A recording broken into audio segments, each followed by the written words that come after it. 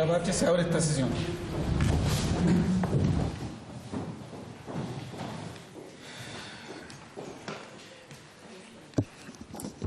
El acta de la sesión constitutiva se da por aprobada por no haber sido objeto de observaciones. El acta de la segunda sesión se pone a disposición de los señores y señoras diputadas. El secretario dará lectura a la cuenta. Gracias, presidente. Se han recibido solamente dos excusas de dos abogados que estaban invitados a exponer hoy día, que son don Jorge Correa Sutil y don Enrique Rajevich. Bien, ofrezco la palabra sobre la cuenta. Antes de iniciar la orden del día y empezar a la exposición de nuestros invitados,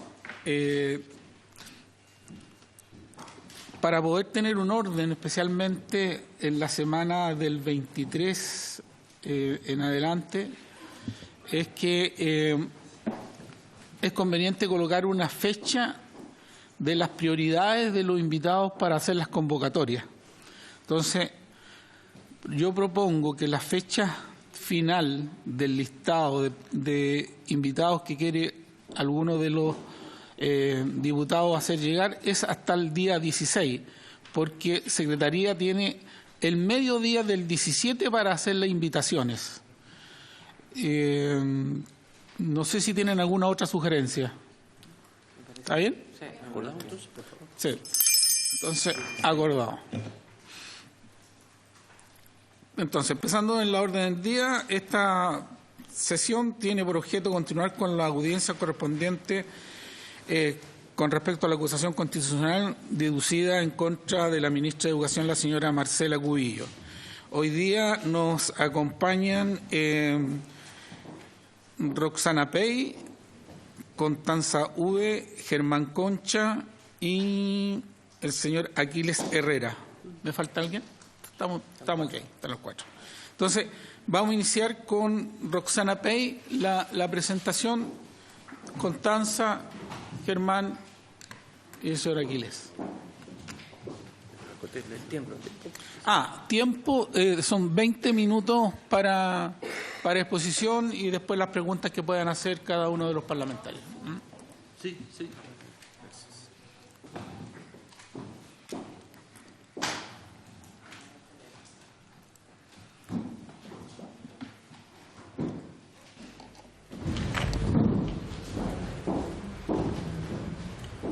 Muy buenos días, muchas gracias al honorable diputado Celso Morales, presidente de esta comisión, a nombre del Centro de Estudios Nacionales de Desarrollo Alternativo, Senda, y de su director, el economista Hugo Facio.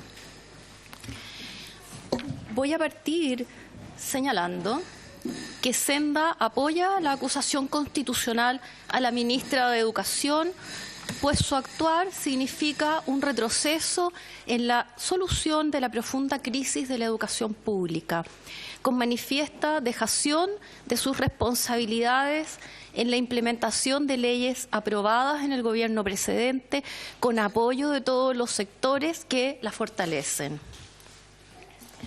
La profunda crisis de la educación chilena se arrastra por décadas, efectivamente, y afecta a todos los niveles e instituciones, a estudiantes, académicos y profesores, y a asistentes de la educación. Afecta a las sucesivas generaciones y al futuro de Chile. Una larga crisis reconocida por un número importante de expertos, literatura y las propias comunidades educativas que el gobierno anterior se propuso abordar y se dieron pasos importantes para superarla. La actual ministra ha intentado revertir este avance a una costa de incumplir con su deber de respetar las leyes de la República. Mientras se hubiera mantenido en el marco legal, si no hubiera actuado tan flagrantemente al servicio de sus ideas propias y opiniones, habría podido cumplir sus obligaciones ministeriales de servicio público. Sin embargo, no ha sido así y es triste y preocupante constatarlo. La crisis de educación superior ha sido generada por el intento de privatizarla mediante un esquema de financiamiento público que llevó a un insostenible endeudamiento, precarización institucional y laboral. El camino de solución, plasmado parcialmente en las nuevas leyes de gratuidad, admisión, apoyo a las instituciones estatales y reforzamiento del aseguramiento de calidad, ha sido entrabado también por esta ministra. La crisis de la educación básica y media pública ha consistido en la segregación e inequidad introducida por la municipalización durante la década de los 80. Municipios con disímiles capacidades financieras y de gestión resultan en desiguales derechos y oportunidades a lo largo de Chile, a lo que se sumaba la selección con criterios discriminatorios. Por ejemplo, el 81% en 1981 a 36% del total de la matrícula en 2017.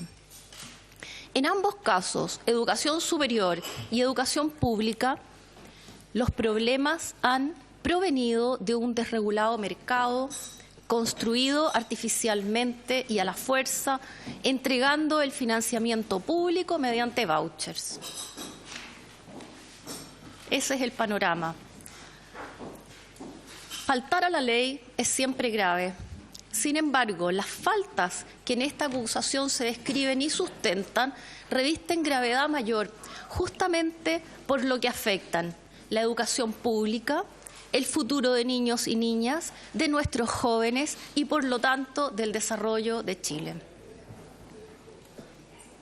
Nunca antes, bien sea recordando espontáneamente o revisando nuestra historia reciente o más antigua, encontraremos un momento menos propicio, un clima más inadecuado para los delicados procesos educativos.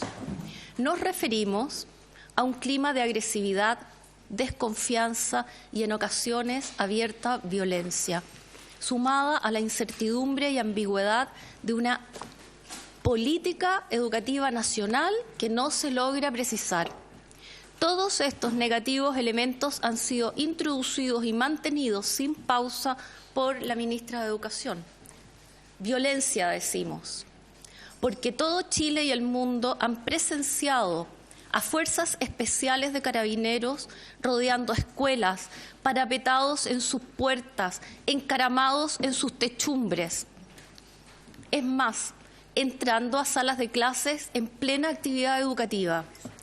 Hemos visto con estupor gases tóxicos lanzados en los espacios escolares. No en una ocasión excepcional, sino que a diario, por largos meses, es probable que en estos mismos instantes, jóvenes muchachas golpeadas, arrastradas y tironeadas por el simple acto de expresar sus ideas. Y esto en Chile, donde golpear a menores es ilegal. En este punto, el honor de la nación está gravemente comprometido. ¿De qué se trata esto?, nos preguntamos. ¿Es simple incapacidad? ¿Es desidia? ¿Es no entender cómo funciona la educación? ¿O hay más? Una inconfesable intencionalidad, nos preguntamos. Violencia, decimos, porque es violento sindicar a estudiantes como poco meritorios, manzanas podridas, como sujetos de sospecha y potenciales delincuentes a quienes se intenta eliminar o expulsar. Es relevante mencionar todo esto, pues estos términos han estado ampliamente presentes en el lenguaje público de las actuales autoridades, enfáticamente promovido y avalado por la señora ministra. Violento fue también el manejo de la ministra con la larga movilización del magisterio durante el presente año, desatendiendo el problema y desoyendo por varias semanas los llamados al diálogo. Se aferró a una actitud que prolongó el paro y que al finalizarlo ha mantenido la discriminación en el pago a las menciones de educadoras diferenciales y de párvulos. Citaré en este momento a la destacada Premio Nacional de Educación Beatriz Ábalos, quien ha señalado públicamente que, comillas, la ministra muestra un modo inmediatista de resolver problemas complejos. Ábalos, que sabe como nadie sobre estas materias, continúa, comillas, en ninguna parte se ha logrado resolver los problemas eliminando a los culpables. Por el contrario, donde hay avances es con programas que descansan en la formación y apoyo, tanto a esos culpables como a las familias y comunidades escolares, y cuando se reconstruyen climas educativos propicios. No es nuestro escenario, claramente, porque solo se puede educar en la confianza, y los estudiantes no son delincuentes, ni las escuelas, cuarteles o reformatorios. Aula Segura, cuya propuesta original fue modificada antes de su aprobación y su sola discusión ha provocado el aumento de la rebeldía juvenil, evidencias de miedo y estrés en estudiantes, hasta llegar a la detección de encubrimiento de acoso sexual por temor a represalias, Aula Segura, digo, se suma a Admisión Justa, que fue rechazada, por suerte, y los menciono como ejemplos de una visión retrógrada, sin fundamento, contraria a toda evidencia de calidad y equidad, pero que hasta ahora son las únicas y preocupantes señales del supuesto diseño de este Ministerio de Educación para la educación pública. Además, como si fuera poco, se ha trastocado el rol y significado de las comunidades escolares, de los padres y apoderados, llegando a producir categorías y bandos, mientras han sido utilizados en una verdadera campaña financiada con recursos y datos confidenciales del Estado para promover ideas y opiniones de la ministra, abiertamente contrarias a las leyes de educación que le corresponde aplicar y buscando asestar un golpe a su implementación, desinformando, generando ansiedad y descontento anticipado en apoderados. Es tal el desenfado en esta campaña de desinformación que sorprende y ha mantenido en alerta a todos los y las entendidas en educación, que lo han manifestado en innumerables ocasiones. Cito un ejemplo. La ministra ha declarado, comillas, el sistema de admisión escolar pone un muro entre familias y colegios. La ley prohíbe a padres pedir entrevista en colegios al que el sistema los derivó y que quizás ni conocen, hasta después de matricularlo. Las familias reclaman que el sistema los obliga a hacer lo que uno no quiere, dice la ministra. Y lo responde el abogado Fernando Atria públicamente. Mentiras y más mentiras. La ley prohíbe al establecimiento exigir entrevistas, tal como prohíbe exigir una foto en el currículum vitae, pero permite a los padres pedirlas. Las entrevistas que se realizan en esta etapa de postulación deberán ser solicitadas por los padres. Eso señala la ley, a diferencia de lo que ha públicamente tratado de desinformar la ministra de Educación. También le responde la investigadora del CEP, Silvia Eizaguirre, comillas, algunos dichos de la ministra Cubillos son de frentón falsos. Son interminables las declaraciones engañosas y las respuestas que han gatillado en columnas, cartas, presentaciones, debates, etcétera. Es así como, enfrentados a una conducta reiterada, se llega al punto de esta acusación.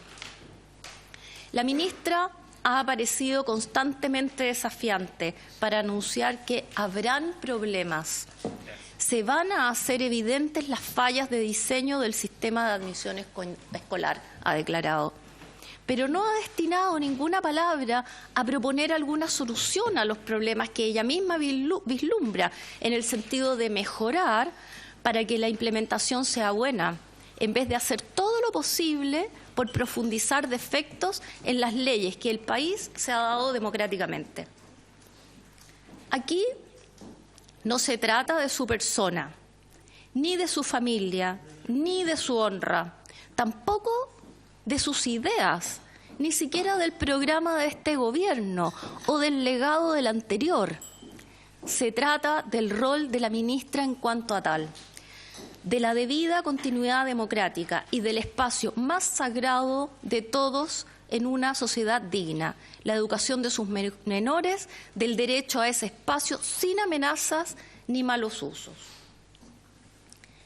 Y si el Gobierno y su ministra de Educación, como reclaman, quieren gobernar, deben hacerlo con las reglas del juego democrático y apegados a las leyes. Por cierto, imponerse por otras vías es algo que conocemos en el país, pero estos son otros tiempos ciertamente mejores en este sentido. Lo grave es que las faltas cometidas por la ministra han tenido nefastas consecuencias para el avance de la educación pública. ¿Es este un resultado buscado? ¿Qué motivaciones ha tenido la ministra? ¿Acaso y simplemente defender lo indefendible? ¿El fracasado modelo de municipalización implementado en dictadura? ¿Es eso lo que se busca? Mientras la ministra gasta enormes esfuerzos en la campaña de desinformación, los plazos para iniciar la difusión sobre el sistema de admisión escolar y su implementación se han ido incumpliendo con abierta dejación, descuido, lentitud, omisión en tomar las decisiones que se requieren en forma oportuna para este complejo y delicado proceso. Las contrataciones y concursos se han dilatado o incluso omitido, prefiriendo contrataciones a dedo de directores y subdirectores de los 3 servicios locales de educación pública que vienen por implementar y que aún no han sido concursados. El primer director del nuevo sistema de educación pública, el señor Rodrigo Egaña, uno de los más importantes y prestigiosos funcionarios públicos tras el retorno a la democracia, denunció intencionalidad política en la manera y oportunidad de dar a la publicidad resultados de una auditoría realizada meses antes, con resultados también entregados meses antes sobre los nuevos servicios locales que se iniciaron, el de Barranca, Puerto Cordillera y Huasco. Se entregaron a publicidad mediante una minuta personalmente revisada por la propia ministra de Educación. Esto muestra una utilización político-comunicacional de situaciones delicadas para fines que no son precisamente el mejor resultado de la implementación de la Ley de Educación Pública.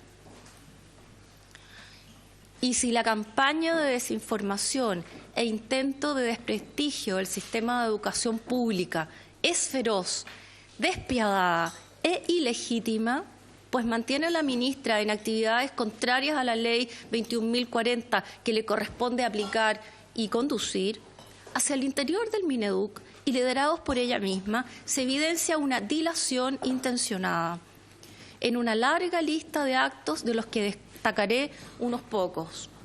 Los siguientes. Se dejó negligentemente sin conducción durante meses a un sistema que está en plena implementación, mediante la demora del concurso para el cargo de Director Nacional de Educación Pública, que tuvo una seguidilla de inexplicables obstáculos. Hay subejecución presupuestaria en los nuevos servicios locales que fueron instalados el 2019.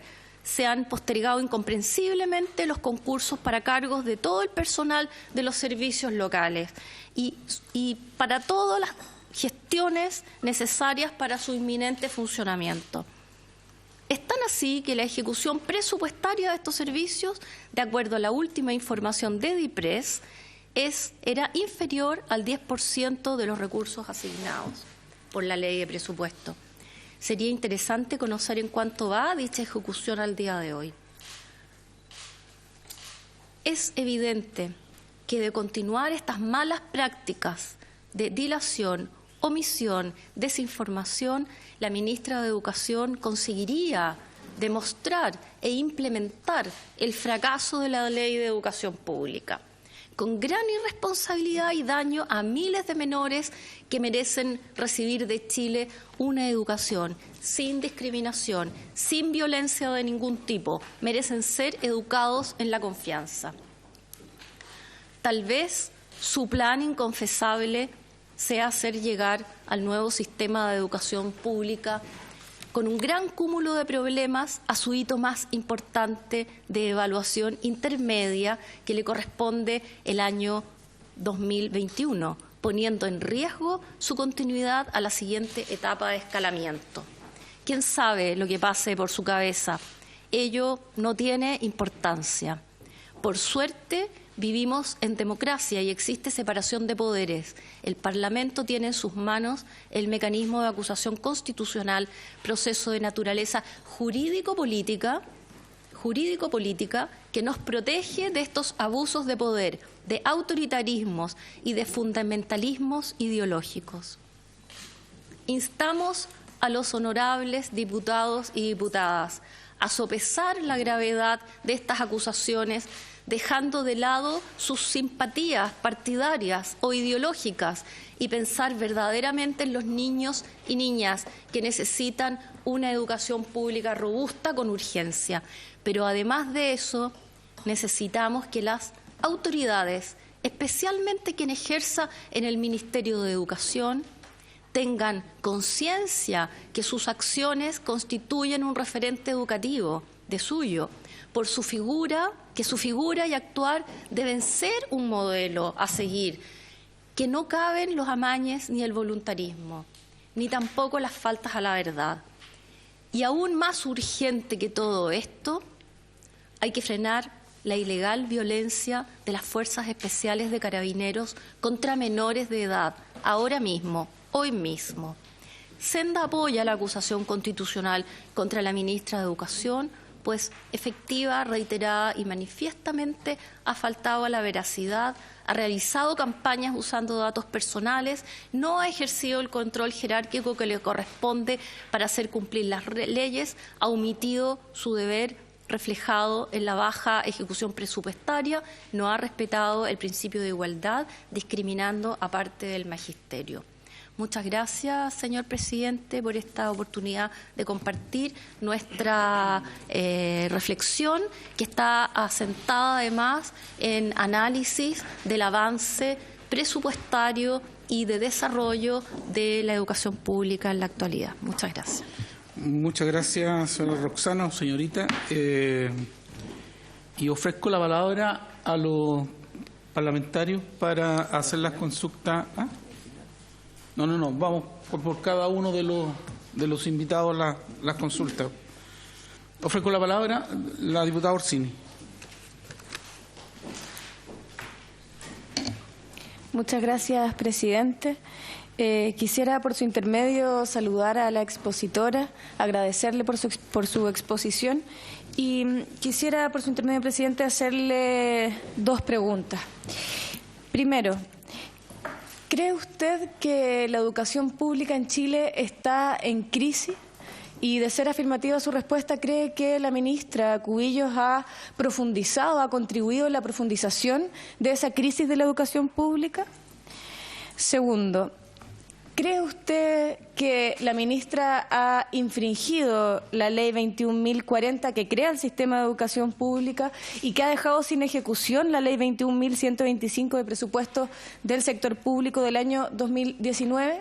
Y, de ser afirmativa su respuesta, quisiera preguntarle si cree que la infracción o la inejecución de estas leyes son de un carácter grave.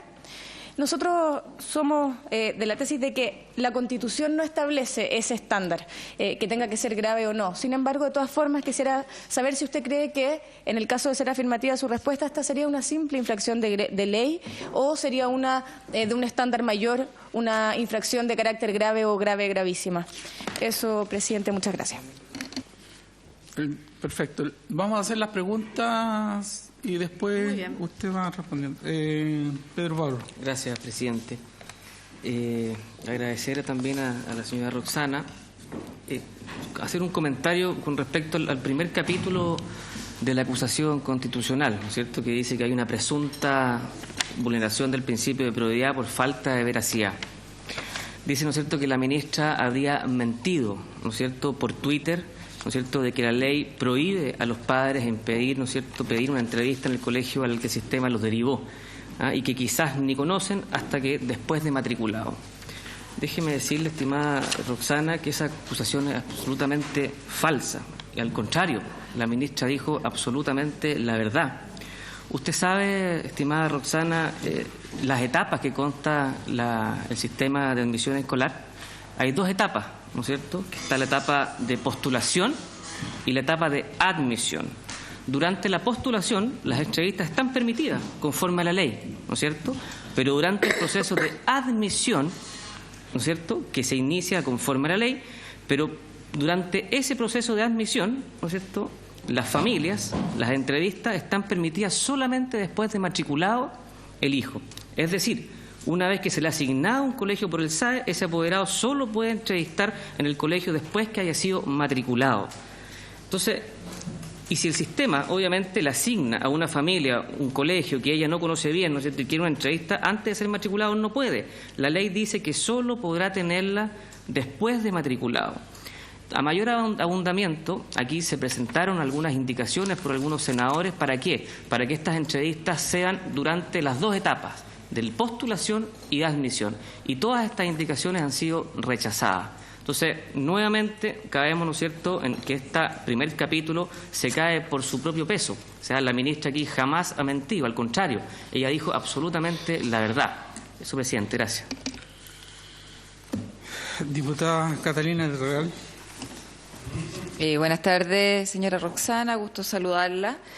Bueno, la señora Roxana en su primera parte describió un panorama nacional lamentable donde habló justamente de los problemas de los estudiantes hoy día en los colegios, donde dijo que los estudiantes no son delincuentes, le encuentro toda la razón, pero sí tenemos delincuentes disfrazados de estudiantes que hoy día están agrediendo a sus propios profesores y a sus propios compañeros, y ese es un tema muy delicado que finalmente no es trivial echarle la culpa a unos o a otros. Yo creo que es un tema que hay que abordar, pero que no tiene que ver hoy día con lo que estamos discutiendo de la acusación constitucional de la ministra.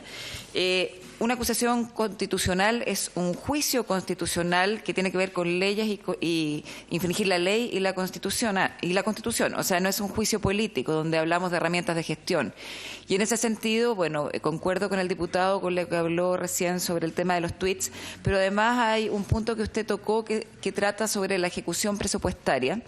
Ese tema yo lo conozco bien porque fui administradora regional durante 3 o 4 años en el gobierno regional metropolitano, por lo tanto a mí me tocaba realizar ejecuciones presupuestarias. Y por tanto le puedo decir que la ejecución presupuestaria es una herramienta de gestión que incluso lleva un premio, o sea, hay un PMG asociado a si uno va bien en la ejecución presupuestaria o va mal. Pero no hay un castigo o infringir la ley si es que esta ejecución va atrasada, específicamente porque además esto se ve en diciembre, no se ve a mitad de año. O sea, llevar una ejecución atrasada a mitad de año es algo que en general se puede dar, que muchos ministerios y muchos organismos públicos lo pueden tener, y no es una causal de acusación constitucional. Como le decía, es una herramienta de gestión. Por lo tanto, me gustaría que fuera un poquito más específica en su exposición. ¿Dónde exactamente la ministra infringió la ley y la Constitución de una manera grave que pudiera finalmente llevar a una acusación constitucional? Muchas gracias. Bien, diputado Rey. Gracias, presidente. Bueno, saludar a la invitada, agradecer su posición y punto de vista, porque obviamente esto nos sirve para ir comparando las distintas posturas. Y respecto de esto, a ver, citó a la académica Silvia Aguirre, donde hace ella crítica a parte importante o algunas áreas de la gestión de la ministra, pero cuando se le pregunta si cree que ella ha infringido la ley o debiera ser la Constitución Constitucional se debiera hacer, ella dice claramente que no es así. Por lo tanto, cita a alguien que está defendiendo hoy día de la acusación a la ministra, lo que me parece algo incongruente. Segundo, Señaló, y esto no lo quiero dejar pasar, y hace una crítica a la selección de los estudiantes o a la modalidad de selección por parte de los colegios. Permítame decirle, y criticando a la ministra como que esto es algo retrógrado, que no se hace en ninguna parte del mundo. Le quiero decir que en la OCDE gran parte de los países, si no todos, seleccionan. Por lo tanto, usted hoy día está señalando y dice, y quiero corroborar si es así, aunque no es parte de la acusación, pero que los países de la OCDE hoy día, los sistemas que tienen selección son retrógrados también. Eso como consulta. Segundo, bueno, lo expresó bien Catalina Real en torno a lo que es la ejecución presupuestaria. Le quiero señalar que en gran parte de los organismos públicos la ejecución presupuestaria recién se da cuenta y uno pudiera señalar si hay un retraso importante o no los últimos meses del año. O sea, es imposible señalar, y yo lo digo porque fui consejero regional, trabajé los presupuestos regionales, trabajé también en el Ministerio de Educación, fui alcalde, conozco cómo funcionan los presupuestos y sabíamos muchas veces que los presupuestos a mediados de año incluso muchas veces se habían prácticamente gastado cero, pero más adelante, debido justamente a la ejecución propia que es dinámica, esto se revertía y se gastaba en gran parte. Por lo tanto, uno podría afirmar, si uno conoce cómo funciona el sistema presupuestario, que hoy día puede culparse por esa ejecución a la ministra, y entendiendo y conociendo los detalles de la acusación, que parte importante de esta asignación de presupuesto que no se ha gastado justamente se condice con las responsabilidades de los mismos servicios de la educación, en donde no se han rendido conforme los recursos, en donde, por ejemplo, parte importante de la asignación o la asignación que se debe entregar, no se ha entregado toda la información. Si ellos son los sostenedores y los responsables en sí de esta situación, ¿podemos culpar a la ministra de eso? Y si esto fuera así, porque la ley del año 2011 se modificó y hizo responsable como jefe directo del servicio al subsecretario, no a la ministra. ¿Podemos entonces, incluso a pesar de todo esto, culpar a la ministra? Le quería consultar eso y ojalá que pueda ser bastante clara al respecto. Y del pago de mención, que usted señala que la ministra estaría infringiendo la ley. Esto es una ley que se modificó el año 2006, en el primer gobierno de la presidenta Bachelet, que fue desarrollar el reglamento durante ese gobierno, que fue aprobada por la Contraloría, que se pagó y se hizo su interpretación durante todos estos años por todos los ministros. Si usted dice que esto efectivamente es un incumplimiento a la Constitución por parte de la ministra, gravísimo. O sea, usted está diciendo que todos los ministros anteriores hicieron lo mismo. Y segundo, que tiene que ver con esto, la Contraloría ha señalado y ha reiterado y ha avalado durante todo este tiempo ese mecanismo y esa forma, y es lo que ha señalado. Entonces usted está señalando o diciendo que en este caso en particular habría que no hacer caso, la ministra, a aquellas recomendaciones, o más que recomendaciones, porque no son recomendaciones para los servicios públicos, sino aquellas resoluciones que saca la Contraloría. Usted está diciendo que el Ministerio no debiera hacerle caso, y con esto me parecería increíble, porque si es así, entonces estaríamos llamando a todos los organismos públicos, municipios, gobiernos regionales, ministerios, a que no hagan caso a las resoluciones de la Contraloría. Eso, presidente. Muchas gracias. Ya, es que un minuto. Gracias, presidente. Quisiera agregar una pregunta y una precisión sobre una pregunta de un colega. Primero la pregunta, por si se me acaba el tiempo, por su intermedio, presidente. Roxana, usted mencionó que la ministra habría mentido. ¿Cree usted que la libertad de expresión ampara la mentira o la tergiversación de la ley en el caso de autoridades públicas? Y lo segundo es que yo quisiera pedir de verdad, presidente, que enfrentáramos con seriedad este debate y que no hiciéramos aseveraciones falsas en nuestras preguntas. El diputado Álvarez Salamanca, nuevamente, al igual que la ministra, manifestó una opinión que no corresponde con el texto de la ley. No tengo el tiempo para leerlo acá porque me comprometí a hablar en un minuto, pero el texto es claro. Entonces, quisiera hacer ese punto, por favor, fuéramos responsables en el debate de esta comisión. Gracias, presidente. Bien, cada parlamentario tendrá sus antecedentes para decir lo que está entregando y tendrá que rebatirlo con otros antecedentes. Si no están presentes, queda palabra contra palabra.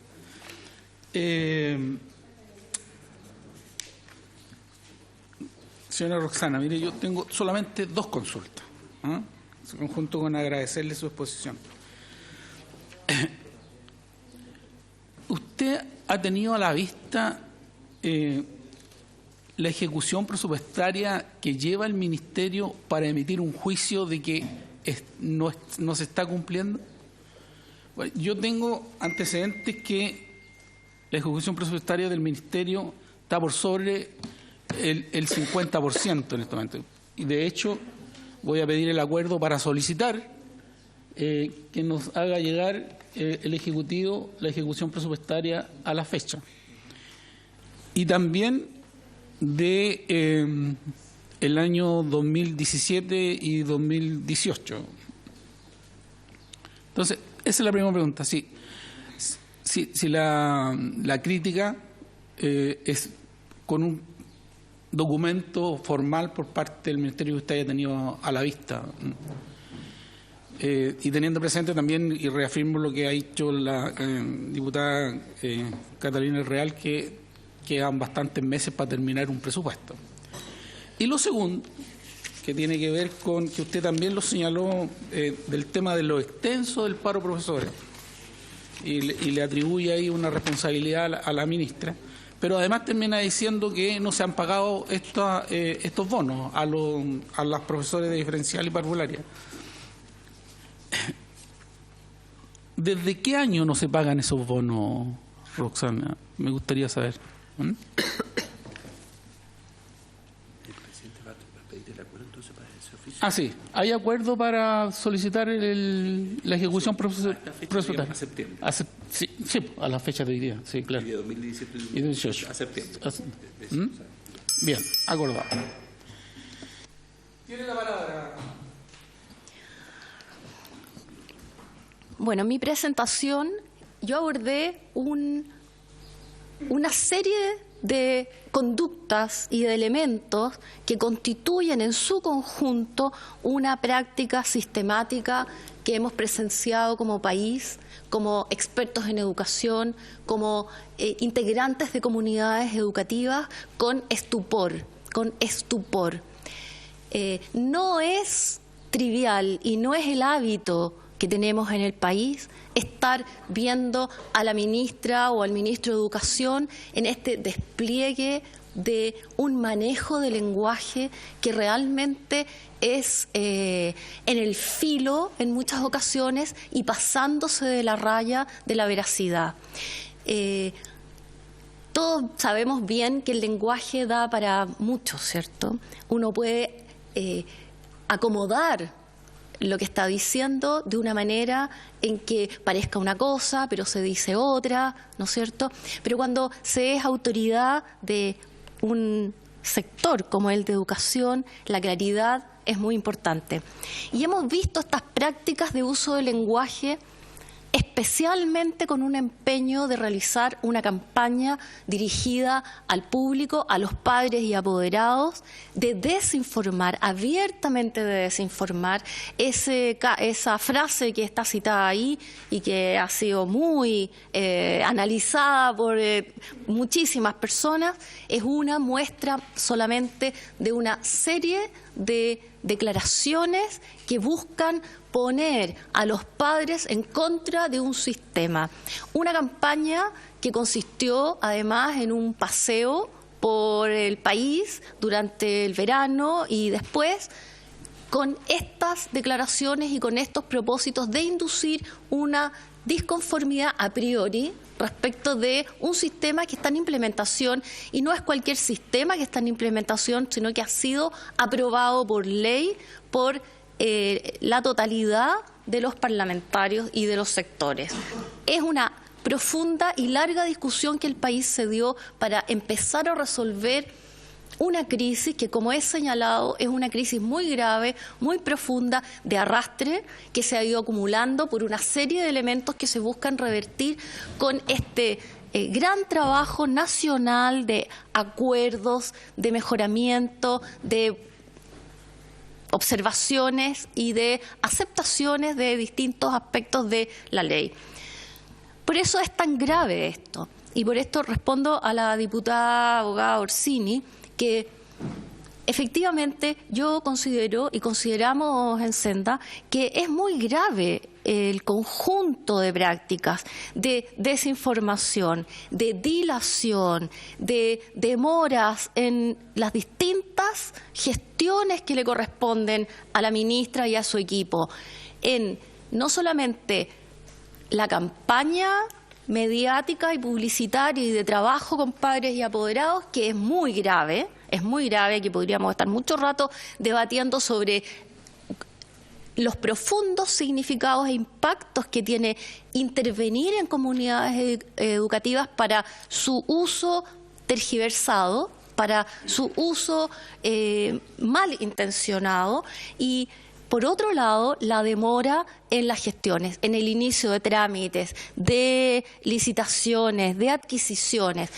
Probablemente muchos aquí tienen vasta experiencia en ejecución presupuestaria. Me sumo a esa lista de personas porque les comento que fui directora nacional de Programa de Mejoramiento de Calidad y Equidad de la Educación Superior en el Ministerio de Educación y sé muy bien cómo son los tiempos de ejecución presupuestaria dentro del Ministerio y en las instituciones educacionales. Y es esa justamente la señal más grave de alarma, porque no es simplemente cómo vamos ahí en unos indicadores, sino que han habido informes que se han desatendido que muestran que la instalación de los servicios locales de educación pública requieren un trabajo de construcción de muchos meses de anticipación. No es es un sistema nuevo, no se trata de contratar a unas cuantas personas y dotarlos de un par de computadores.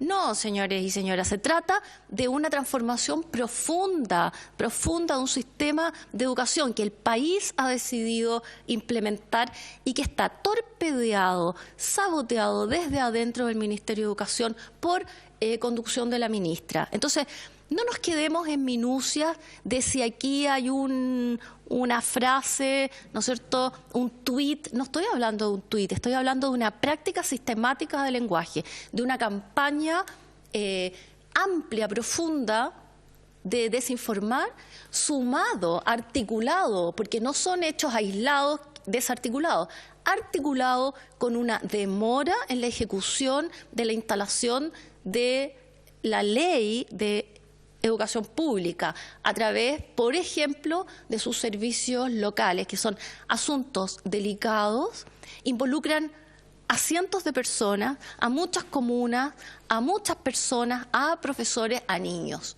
a niñas. Entonces, ahí hay un asunto que no se puede mirar con liviandad. Yo por eso, nosotros desde Senda les hacemos un llamado. Aquí esto se plantea como una pelea entre oposición y gobierno y no es así. Esto es una situación muy dramática. La crisis de la educación superior viene arrastrándose por mucho tiempo y este es un esfuerzo nacional por terminar con la discriminación. El mecanismo de selección que está descrito y se puede leer de muchas maneras, hacer el corte acá, sacar una frase. Aquí el espíritu del sistema de selección, de admisión, busca el acceso equitativo de todas las personas sin discriminación por parte de los colegios. Y los apoderados tienen el derecho de conocer los colegios, pero no los colegios de discriminar y seleccionar. Es ese el punto donde la ministra, en sus declaraciones,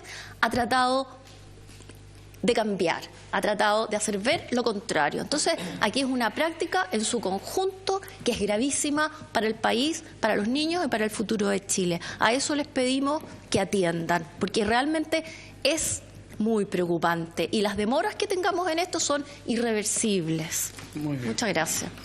Muchas gracias. Lo único señalar de que esta comisión tiene que ver el tema presentado en la acusación constitucional. Entonces, podemos tener criterios políticos diferentes, pero lo que se analiza en esta comisión son los aspectos jurídicos de esta acusación constitucional. Muchas gracias por su exposición, señora Roxana. Pasamos a nuestro segundo invitado. Constanza, tiene la palabra.